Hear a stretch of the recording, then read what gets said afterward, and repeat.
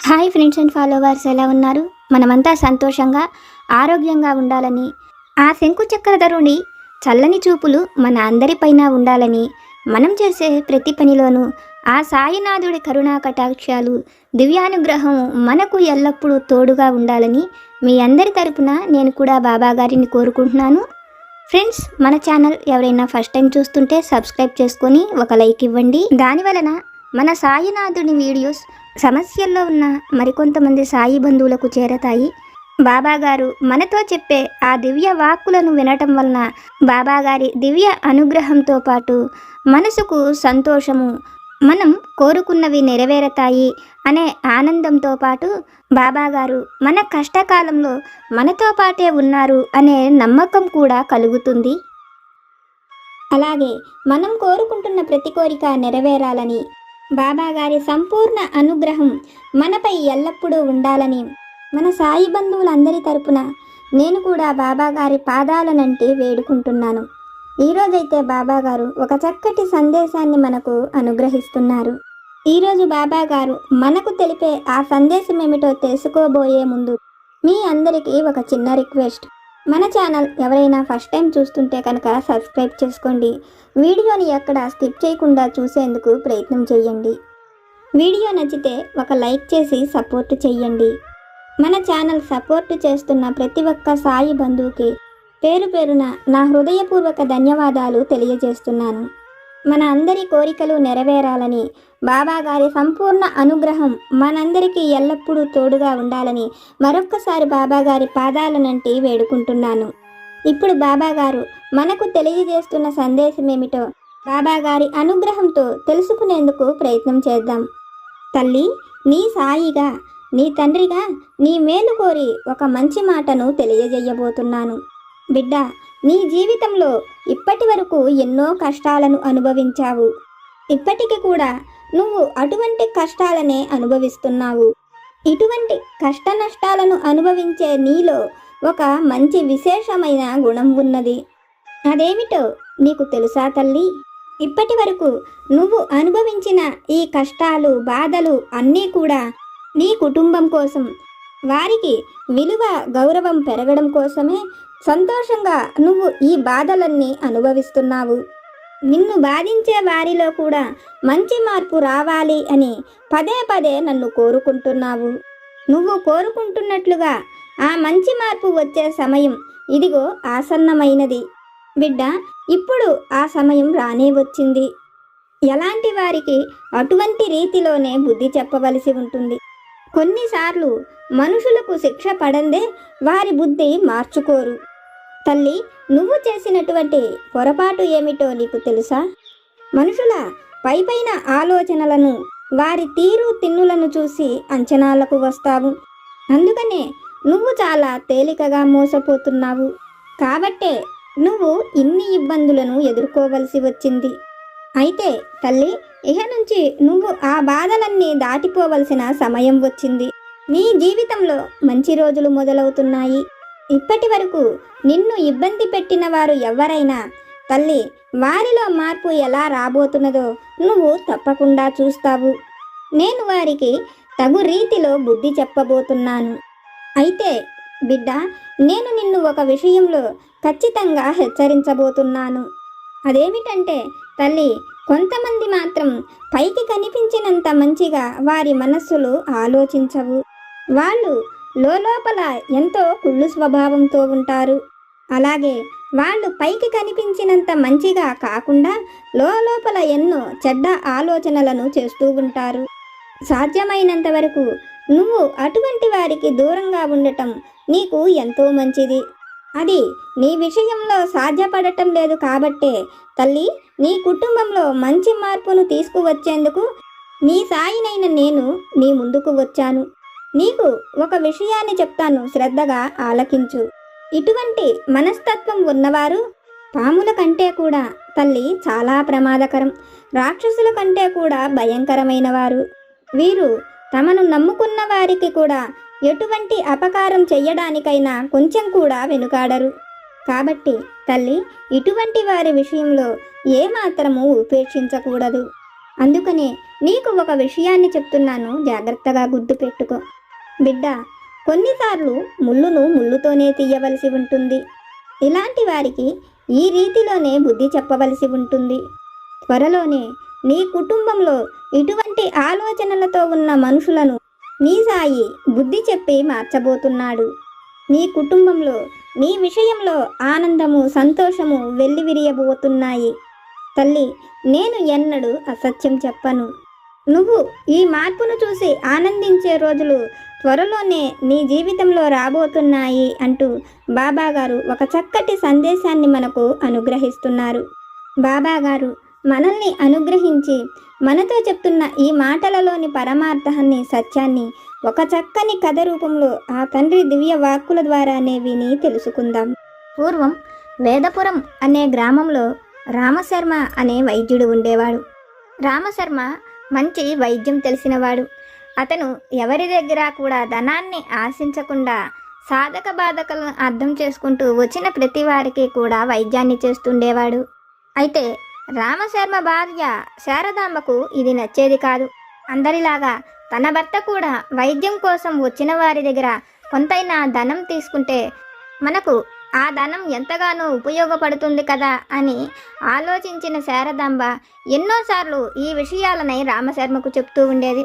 అయితే రామశర్మ మాత్రం ఎంతోమంది ఎన్నో సమస్యలతో, కష్టాలతో తన దగ్గరకు వస్తున్నారని, అటువంటి వారిని ధనం కోసం తను ఇబ్బంది పెట్టలేనని, వాళ్ళంతట వాళ్లే ఇష్టపూర్వకంగా ఇచ్చిన ధనాన్ని తను కాదనకుండా తీసుకుంటానని, ఆ ఈశ్వరుడికి మనకు ఏది ఇవ్వాలో తెలుసని, బిడ్డలు లేని మనకు మనం ఎలా బ్రతకాలో, ఏ విధంగా సంతోషంగా జీవించగలమో అవన్నీ కూడా ఆ పరమేశ్వరుడికి తెలుసని, వాళ్లకు ఏవి కావాలో వాటిని ఆ ఈశ్వరుడే తనకు అనుగ్రహిస్తాడని ఎన్నోసార్లు శారదాంబతో చెప్తాడు. అయితే రామశర్మ చెప్పే ఆ మాటలు ఏవైనా కూడా శారదాంబకు నచ్చేవి కాదు. అతని చేతగాని పనుల వలనే అతను ఆ విధంగా మాట్లాడుతున్నాడని, ధనం లేకపోతే విలువ ఉండదని శారదాంబ ఎంతగానో బాధపడుతూ ఉంటుంది. ఆ గ్రామంలోనే కొంతమంది ధనం తీసుకొని వైద్యం చేస్తూ ఉండేవాళ్ళు. దాంతో శారదాంబ వాళ్ళ దగ్గర ధనం ఉన్నది కాబట్టే అందరూ గౌరవంగా చూస్తున్నారని అనుకుంటూ ఉండేది. ఇలా కొద్ది రోజులు గడిచిపోతాయి. ఒకరోజు రాత్రిపూట రామశర్మ ఇంటి తలుపు మోగుతున్నట్లుగా శబ్దం వినిపిస్తుంది. రామశర్మ ఈ అర్ధరాత్రి పూట ఎవరు తన ఇంటికి వచ్చారా అని ఆలోచిస్తున్న సమయంలో శారదాంబ ఎవరో వైద్యం కోసం వచ్చి ఉంటారు. ఉచితంగా వైద్యం చేస్తున్నామంటే అర్ధరాత్రి పూట కూడా ప్రశాంతంగా పడుకోనివ్వరని, ధనం అడగకపోవటం వల్లనే ఇలా ఎవరు పడితే వాళ్ళు వచ్చి రాత్రిపూట కూడా వైద్యం అనే ప్రాణం తీస్తున్నారని విసుక్కుంటూ శారదాంబ వెళ్ళి తలుపు తీస్తుంది. తలుపు తీసిన ఆ క్షణమే ఇంటి ముందు నల్లటి పెద్ద ఆకారం నిలబడి ఉంటుంది. అది చూస్తూ శారదాంబ పెద్దగా భయంతో అరుస్తుంది. ఆ కేక విన్న వెంటనే రామశర్మ బయటకు వస్తాడు. ఇంటి ముందు నిలబడిన ఆ పెద్ద ఆకారాన్ని చూసి రామశర్మ కూడా భయపడుతూ ఉంటాడు. అది చూస్తున్న ఆ నల్లటి ఆకారం మాత్రం రామశర్మతో, రామశర్మ, నన్ను చూసి నువ్వు భయపడవలసిన అవసరం లేదు. నేను ఈ అడవి సమీపంలో ఉండే ఒక పెద్ద రాక్షసుణ్ణి. అయితే పగలు పూట వస్తే ఊరి ప్రజలంతా నన్ను చూసి భయపడతారనే నేను ఏ పగలు పూట కూడా రాలేదు. ఈ రాత్రిపూట రావడానికి కారణం నాకు కూడా ఈ మధ్య నా ఆరోగ్యం బాగుండటం లేదు. మాంసాహారం తినకపోయినప్పటికీ ఎన్నో సమస్యలను ఎదుర్కొంటున్నాను. నాకు ఈ మధ్య విపరీతమైన జ్వరము, ఒళ్ళు నొప్పులు, మోకాళ్ళ నొప్పులు వచ్చి నడవడానికి కూడా కష్టంగా ఉన్నదని ఆ రాక్షసుడు తనకు ఉన్న సమస్యలన్నిటినీ కూడా రామశర్మతో చెప్తాడు. రాక్షసుడి ఆరోగ్య పరిస్థితి బాగోలేదని, రాక్షసుడు తన దగ్గరకు వచ్చాడని, వైద్యం కోసమే కాబట్టి భయపడవలసిన అవసరం లేదని రామశర్మ అతనిని కూర్చోమని చెప్పి అతని విషయాలన్నిటినీ విని అతనికి కావలసిన వనమూలికలను తీసుకువచ్చి ఔషధాన్ని చేసిస్తానని చెప్పి రామశర్మ ఆ రాక్షసుడిని అక్కడే కూర్చోమంటాడు. అయితే ఇదంతా చూస్తున్న శారదాంబకు మాత్రం ఆ రాక్షసుడు వాళ్లను ఏమి చేస్తాడో అన్న భయంతో లోపలకు వెళ్ళి ఇంకా బయటకే రాదు. రామశర్మ కావలసిన వనమూలికలను తీసుకువచ్చి ఒక ఔషధాన్ని తయారు చేసి ఆ రాక్షసుడికి ఇస్తాడు. ఆ ఔషధాన్ని తాగుతున్న రాక్షసుడితో రామశర్మ, నువ్వు ప్రతిరోజు కూడా రాత్రిపూటే ఈ ఔషధం కోసం రమ్మనమని, అతను ఒక వారం రోజుల పాటు ఆ ఔషధాన్ని తీసుకుంటే అతనికి కొంత ఉపశమనమైన కలుగుతుందని చెప్తాడు. రాక్షసుడు ఆ మాటలు విని ఎంతో సంతోషంగా అక్కడి నుంచి వెళ్ళిపోతాడు. అలా ప్రతిరోజు కూడా ఆ రాక్షసుడు అక్కడకు వచ్చి రామశర్మ దగ్గర ఆ ఔషధాన్ని తీసుకుంటూ ఉంటాడు. రోజు రావటం వలన శారదాంబలో కూడా ఆ రాక్షసుడిని చూసిన భయం పోతుంది. అలా రోజు వస్తున్న రాక్షసుడు శారదాంబతో కూడా ఏవో ఒక కబుర్లు ముచ్చట్లు చెప్తూ ఉండేవాడు. ఒకరోజు శారదాంబ రాక్షసుడితో, నువ్వు ఇంతకు ముందు మాంసాహారాన్ని తినేవాడివి కదా, అంటే మనుషులను కూడా చంపుకు తినేవాడివా అని అడుగుతుంది. అందుకు అతను అవునని చెప్పేవాడు. ఆ మాటలు వింటున్న శారదాంబకు ఒక ఆలోచన కలుగుతుంది. అతను చంపిన మనుషుల దగ్గర బంగారము వస్తువులు ఉండే ఉంటాయి, అది అంతా కూడా ఇతని దగ్గరే ఉండి ఉంటుంది కదా, మనం వైద్యం కోసం కొంత ధనం కావాలని అడిగితే ఇస్తాడు కదా అని ఆలోచించి ఆ విషయాన్ని రామశర్మతో చెప్తుంది. అయితే రామశర్మ మాత్రం తన దగ్గరికి వైద్యం కోసం వచ్చిన వాళ్లను అతను ఏమీ అడగనని శారదాంబతో చెప్తాడు. అందుకు శారదాంబ, అలా అయితే ప్రతిరోజు మన దగ్గరకు వచ్చే ఆ రాక్షసుణ్ణి నేనే కొంత ధనం అడుగుతానని రామశర్మతో చెప్తుంది. అందుకు రామశర్మ, ఈ విషయం జాగ్రత్తగా ఆలోచించుకో, ఎందుకంటే రాక్షసులు ఎప్పుడు పైకి కనబడినంత మంచిగా ఉండరని శారదాంబను హెచ్చరిస్తాడు. భర్త మాటలు ఏవీ కూడా శారదాంబ పట్టించుకోదు. పగలంతా గ్రామ ప్రజలకు వైద్యం చేసి రాత్రికి ఆ రాక్షసుడికి వనమూలికలు అవసరమని వాటిని తీసుకువచ్చేందుకు అడవికి రామశర్మ వెళతాడు. ఆ సమయంలో రాక్షసుడు రావడంతో శారదాంబ ఆ మాటలు ఈ మాటలు చెప్తూ అతని దగ్గర ధనం ఉన్న విషయాన్ని అడుగుతుంది. అందుకు అతను తన దగ్గర ఎంతో బంగారం ఉన్నదని చెప్తాడు. ఆ మాటలు విన్న శారదాంబకు ఎంతో సంతోషం కలుగుతుంది. దాంతో ప్రతిరోజు నీకు వైద్యం చేసేందుకు అతను రాత్రిపూట కూడా పడుకోకుండా ఎంతో కష్టపడి వనమూలికలను వాటిని తీసుకువచ్చేందుకు వెళ్తున్నాడని, వాటి కోసం ఎంతో ధనం ఖర్చవుతున్నదని, అందుకోసం తనకు కొంత బంగారం ఇవ్వమని ఆ రాక్షసుణ్ణి అడుగుతుంది. శారదాంబ మాటలు విన్న రాక్షసుడు వెంటనే కోపంతో శారదాంబతో, నేను ఎవ్వరికి కొంచెం కూడా ధనం ఇవ్వను, ఆ ధనమంతా కూడా నాదే, ఆ బంగారం అంతా కూడా నాదేనని శారదాంబ మీద గట్టిగట్టిగా అరుస్తాడు. ఆ మాటలు వింటూనే శారదాంబకు భర్త చెప్పిన విషయం గుర్తుకు వస్తుంది. దాంతో రాక్షసుడితో, నువ్వు నాకు ఏ బంగారము ఇవ్వక్కర్లేదులే, మేము నీకు ఉచితంగానే వైద్యం చేస్తాం. ఈ గ్రామంలో నా భర్త ఎంతోమందికి అటువంటి వైద్యాన్ని చేస్తున్నాడని, తొందరలోనే నీ ఆరోగ్యం బాగుపడుతుందని రాక్షసుడితో చెప్తుంది. కొంతసేపటికి రామశర్మ వస్తాడు. రాక్షసుడికి అతను వనమూలికలతో పసరును చేసిస్తాడు.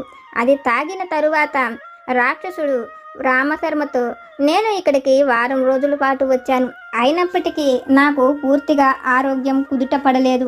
నా మోకాళ్ళ నొప్పులు, ఒంటి భారము అలాగే ఉన్నది.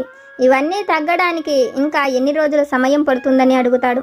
అందుకు రామశర్మ, 1 నెలైనా సమయం పట్టచ్చని, ఈ విషయమై నువ్వు బాధపడవలసిన అవసరం లేదని, ప్రతిరోజు తన దగ్గరకు వస్తే అతను ఆ పసరుని ఇస్తానని చెప్తాడు. అందుకు రాక్షసుడు కూడా సరేనని అక్కడి నుంచి వెళ్ళిపోతాడు. రాక్షసుడు వెళ్ళిపోయిన తరువాత రామశర్మ పడుకొని నిద్రపోతూ ఉంటాడు. కానీ శారదాంబకు మాత్రం కొంచెం కూడా నిద్ర పట్టదు. ఆ రాక్షసుడి దగ్గర ఎంతో బంగారం ఉంది.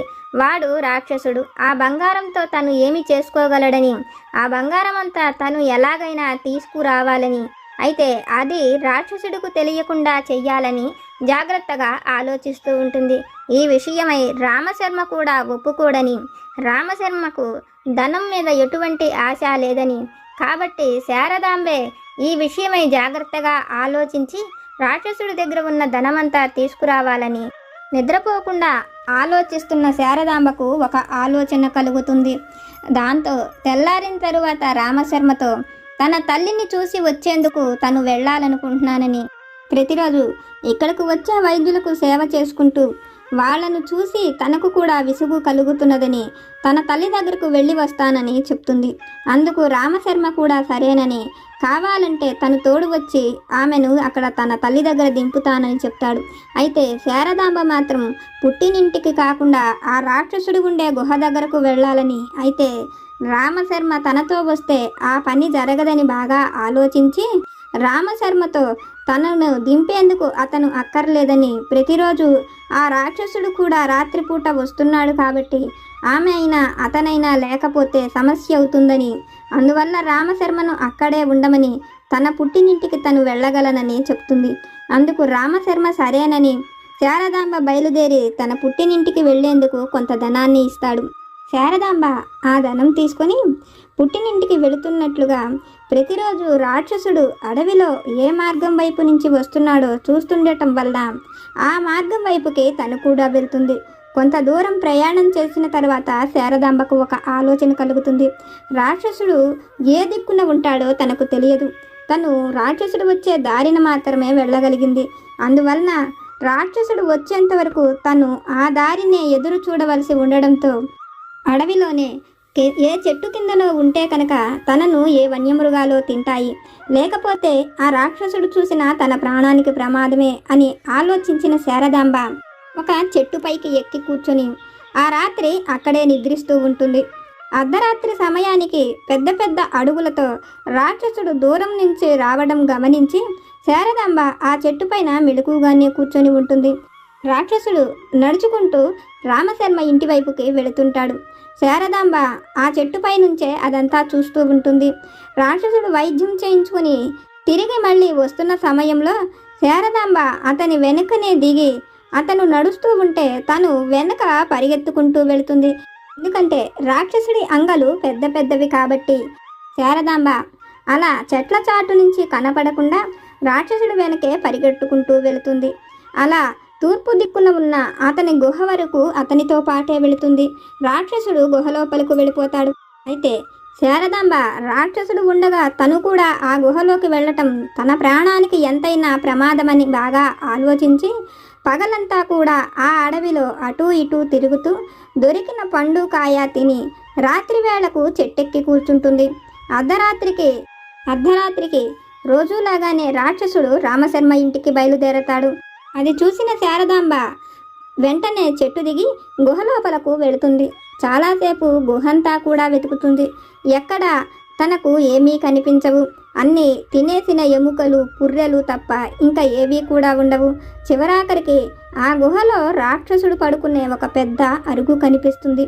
ఆ అరుగు పైన 2 పెద్ద పెద్ద మూటలు కనపడతాయి. ఆ మూటల్లో ఏ రాళ్ళో రప్పలో ఉన్నాయనుకుంటూ తిట్టుకుంటూ, అయినా ఒకసారి ఈ మూటలో ఏమున్నాయో చూడాలని, ఆ రాక్షసుడు తన దగ్గర ఎంతో బంగారం ఉందని తనకు అబద్ధం చెప్పి ఉంటాడని మనసులో తిట్టుకుంటూ ఆ మూటల దగ్గరకు వెళ్ళి మూటలు 2 విప్పుతుంది. ఆ క్షణమే ఒక మూట నిండా బంగారు నగలు, మరొక మూట నిండా బంగారు కాసులు కనపడతాయి. అది చూస్తున్న శారదాంబకు ఎంతో సంతోషం కలుగుతుంది. తను అక్కడ వరకు వచ్చినందుకు తన కష్టం ఫలించిందని ఆనందపడుతుంది. అయితే రాక్షసుడు వచ్చే సమయం మళ్ళీ దగ్గర అవుతున్నదని, తను ఆ గుహలో ఉండటం మంచిది కాదని ఆలోచించిన శారదాంబ ఆ 2 బంగారు మూటలను తీసుకొని గుహ వెనక భాగం నుంచి అడవిలోకి వచ్చేస్తుంది. చాలా దూరం ప్రయాణం చేసి ఆ రాక్షసుడికి కనబడకుండా చెట్ల చాటు నుంచి తెల్లవారుజాముకు ఇంటికి చేరుకుంటుంది. మొదట భర్త ఇంట్లో ఉండడంతో చావిటిలోనే ఆ బంగారు మూటలను దాచిపెడుతుంది. అయితే తెల్లవారుజాము కావడంతో రామశర్మ స్నానం చేసి వస్తానని, సంధ్యావందనం సమయం అవుతున్నదని భార్యతో చెప్పి తెల్లవారుజామునే చెరువు వద్దకు వెళ్ళిపోతాడు. ఆ సమయంలో తను తెచ్చిన ఆ 2 బంగారు మూటలను ఇంటి లోపల మచ్చుపైన ఉన్న పచ్చడి జాడీల వెనక జాగ్రత్తగా దాచిపెడుతుంది. ఈ విషయాలు ఏవీ కూడా రామశర్మకు తెలియదు. శారదాంబ తన భర్తకు తెలియకుండా తను ఎంతో బంగారాన్ని తీసుకువచ్చానని, ఆ రాక్షసుడి గుహ నుంచి బంగారమంతా తనే తెచ్చుకున్నానని సంతోషపడుతూ ఉంటుంది. కొన్నాళ్ల తరువాత తను ఆ బంగారాన్ని చక్కగా ఉపయోగించుకోవచ్చని ఆనందపడుతూ ఉంటుంది. అయితే ఆ రోజు తెల్లవారిన తర్వాత నుంచి రామశర్మ భార్యకు విపరీతంగా ఒళ్ళు నొప్పులు కలుగుతాయి. రామశర్మ తను ఎంతో దూరం ప్రయాణం చేసిందని పుట్టినింటికి వెళ్ళి శరీర అలసటతో వచ్చినదని, అందువలనే తను అలా ఇబ్బంది పడుతున్నదేమో అనుకొని రామశర్మ తనను విశ్రాంతి తీసుకోమని ఇంటి పని అంతా కూడా రామశర్మే చేస్తూ ఉంటాడు. అయితే 3 రోజులు గడిచినప్పటికీ రామశర్మ భార్యలో ఎటువంటి మార్పు కలగదు. శరీరం బరువు పెరిగి విపరీతమైన ఒళ్ళు నొప్పులు, జ్వరము రావడంతో తను మంచం దిగలేని పరిస్థితులలో బాధపడుతూ ఉంటుంది.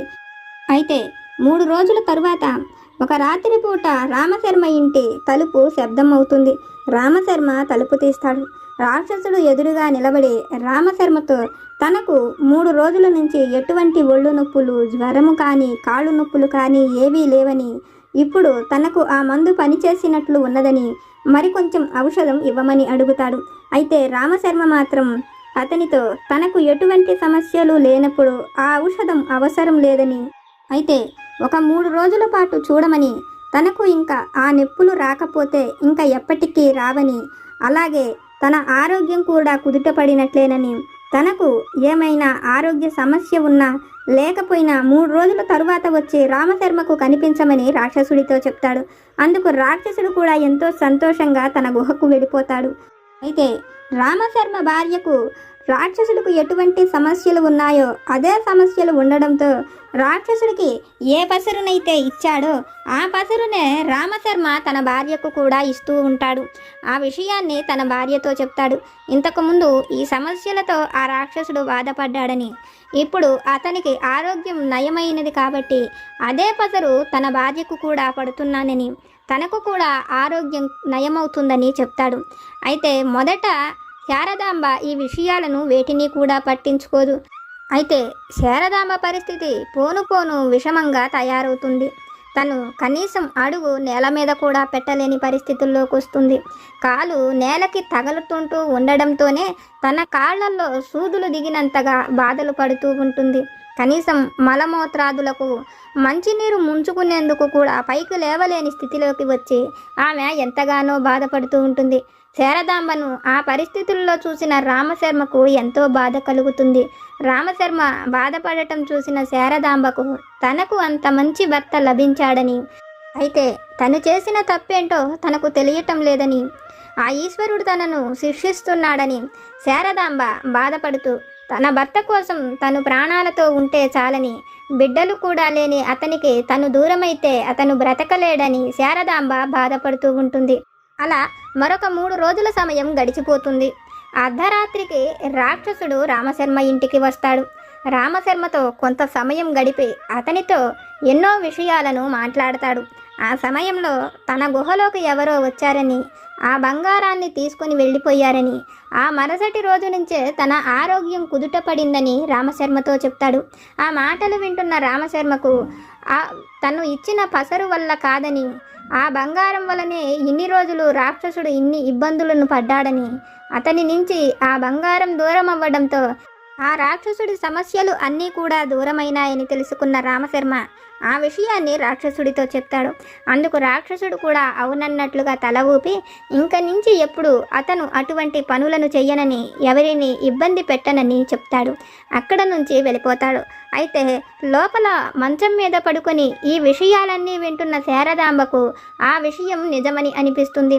ఆ రోజు రాత్రిపూట తను వెళ్ళి ఆ బంగారం తీసుకురావటం వల్లనే ఆ మరుసటి రోజు నుంచే తనకు ఈ సమస్యలు కలిగినాయని, ఆ బంగారమే వీటన్నిటికీ కారణమని తెలుసుకున్న ఆమె తన భర్త అయిన రామశర్మను లోపలకు పిలిచి జరిగిన విషయాన్ని అతనితో చెప్తుంది. తను దాచిపెట్టిన ఆ బంగారాన్ని కూడా రామశర్మకు చూపిస్తుంది. ఆ బంగారం అంతటిని రామశర్మకు చూపిస్తూ తను చేసిన తప్పుకు తను కొద్ది రోజుల్లోనే మరణిస్తుందని, ఆ బంగారాన్ని తన నుంచి దూరం చెయ్యమని, ఆ బంగారం అంతటిని రాక్షసుడి గుహ దగ్గరే విడిచిపెట్టమని భర్తతో చెప్తుంది. భార్య మాటలు విన్న రామశర్మ, నువ్వు చెప్పినట్లు నేను చెయ్యలేను, ఎందుకంటే ఆ రాక్షసుడి ఆరోగ్యం ఇప్పుడే స్థిరపడింది. అతని దగ్గరకు ఈ బంగారం తీసుకువెళ్ళి విడిచిపెడితే తిరిగి మళ్ళీ అతను ఆ అనారోగ్యానికే గురి అవుతాడు. అతని నుంచి దూరమైన ఈ బంగారాన్ని తిరిగి అతనికి ఇవ్వలేనని, తన ప్రాణము తన భార్య అయిన శారదాంబను కూడా అతను పోగొట్టుకోలేనని, ఆమెను కాపాడుకునేందుకు అతనుకు దైవం తప్పకుండా ఏదో ఒక మార్గం చూపిస్తుందని శారదాంబకు ధైర్యం చెప్తాడు. తెల్లవారుజాము అవ్వడంతో చెరువు దగ్గర స్నానం చేసి శివాలయంలోని ఈశ్వరుణ్ణి పూజిస్తూ తనకు తన భార్యకు ఏదైనా ఒక చక్కటి మార్గాన్ని చూపించమని, తన భార్య ఆ సమస్యలో నుంచి బయటపడేలా తనకు సహాయం చెయ్యమని రామశర్మ దైవాన్ని వేడుకుంటూ ఉంటాడు. ఆ సమయంలో ఊరిలో ఒక చాటింపు వినిపిస్తూ ఉంటుంది. ఆ ఊళ్ళో ఒక్క వైద్యశాల కూడా లేదని, వైద్యశాలను కట్టించేందుకు అనాథ పిల్లల వివాహం కోసము కొంత ధనం అవసరమవుతుందని, ఎవరైనా దాతలు సహాయం చెయ్యవచ్చని ఆ విషయమై ఊళ్ళో చాటింపు వినిపిస్తూ ఉంటుంది.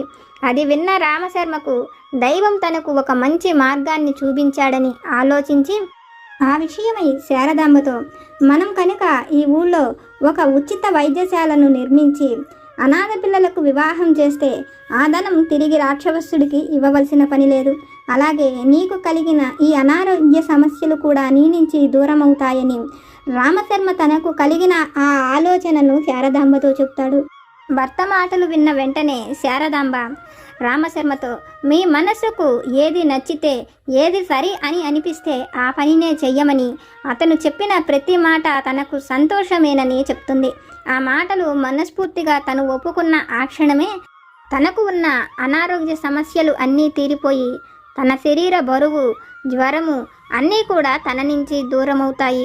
ఆ క్షణమే శారదాంబ ఎంతో సంతోషంగా దైవం మనకు ఎంతో ఆరోగ్యాన్ని, ఆనందాన్ని ప్రసాదించాడని, ధనంతో మనం అన్నిటినీ సంపాదించుకోలేమన్న విషయాన్ని తెలుసుకోగలుగుతుంది.